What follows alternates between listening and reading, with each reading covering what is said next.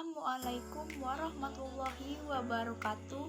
Yang terhormat Bapak Ahmad Mugofar MSI selaku dosen pengampu mata kuliah Islam dan Lingkungan Hidup serta teman-teman dari kelas C yang kami banggakan. Di sini kami dari kelompok 10 dengan anggota saya sendiri Reza Jauhar Novita dengan NPM 2011060422 dan rekan saya Dina Arisanti Azahra dengan NPM 2011060046. Kami akan membawakan materi yang berjudul konservasi air dan upaya penghematannya. Pertama, pengertian konservasi air. Konservasi air atau penghematan air adalah perilaku yang disengaja dengan tujuan mengurangi penggunaan air segar.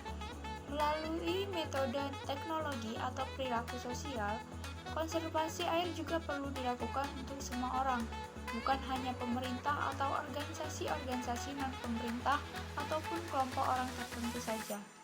Selanjutnya, tujuan konservasi air. Tujuan konservasi air ada 3, yaitu yang pertama keseimbangan, yang kedua penghematan energi, yang ketiga konservasi habitat. Keseimbangan yaitu menjamin ketersediaan untuk generasi masa depan. Penghematan energi yaitu pemompaan air, pengiriman, dan fasilitas pengolahan air limbah mengonsumsi energi besar. Sedangkan konservasi habitat yaitu membantu untuk mengamankan simpanan sumber air bersih untuk habitat liar lokal dan penerimaan migrasi aliran air. Adapun upaya penghematan air, United States Geological Survey menyebut rata-rata manusia menggunakan 300-380 liter air per hari atau setara dengan 16-20 galon air ukuran 19 liter setiap harinya. Air tersebut digunakan untuk minum, memasak, mandi, dan lainnya. Konservasi air dapat dilakukan dari hal-hal sederhana dan dapat dimulai dari rumah, seperti mengurangi penggunaan air yang tidak perlu, seperti saat menyikat gigi, keran air ditutup. Dengan begitu dapat menghemat air beberapa liter dibanding jika keran air dibuka terus-menerus selama menyikat gigi. Memasang shower dan mandi tidak menggunakan gayung.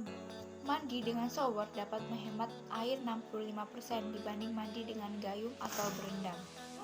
Materi selanjutnya akan disampaikan oleh rekan saya Dina Arisanti Azahra.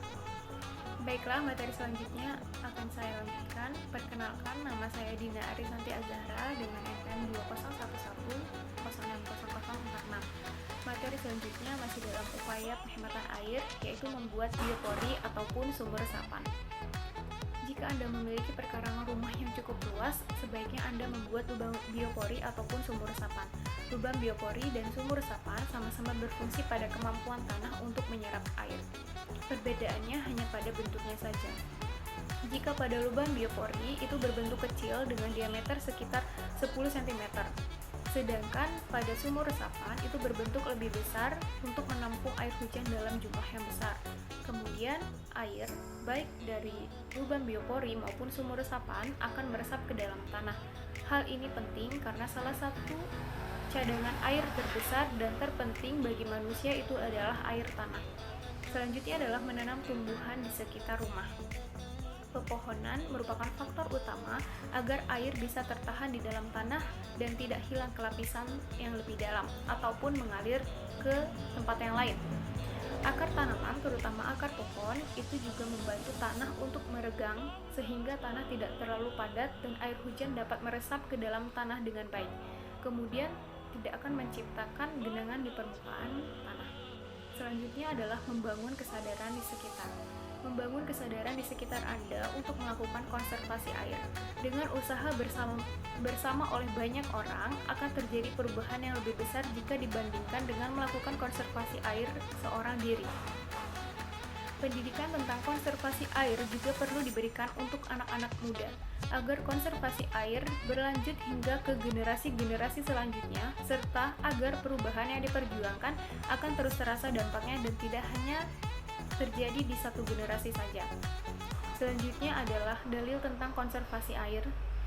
Yang pertama terdapat pada surah Al-Anbiya ayat 30 yang bunyinya A'udzubillahi minasyaitonirrajim. Bismillahirrahmanirrahim.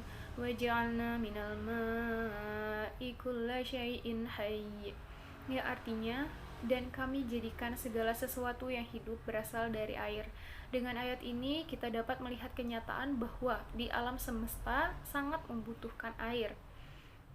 Kemudian terdapat pada surah Al-Mu'minun ayat 18 yang bunyinya wa anzalna minas samaa'i ma'an biqadarin faskannahu fil ard. Ya, artinya, dan kami turunkan air dari langit dengan suatu ukuran, lalu kami jadikan air itu menetap di bumi.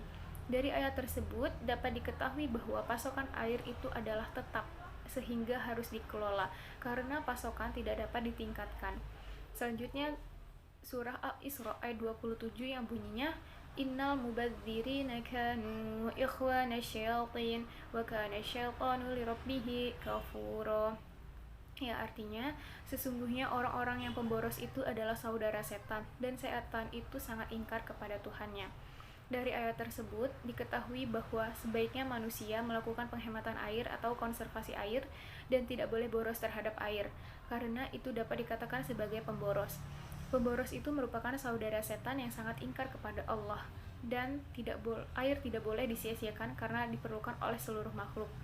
Itu saja materi yang dapat kami sampaikan. Atas perhatiannya saya ucapkan terima kasih dan mohon maaf atas segala kesalahan. Saya akhiri. Wassalamualaikum warahmatullahi wabarakatuh.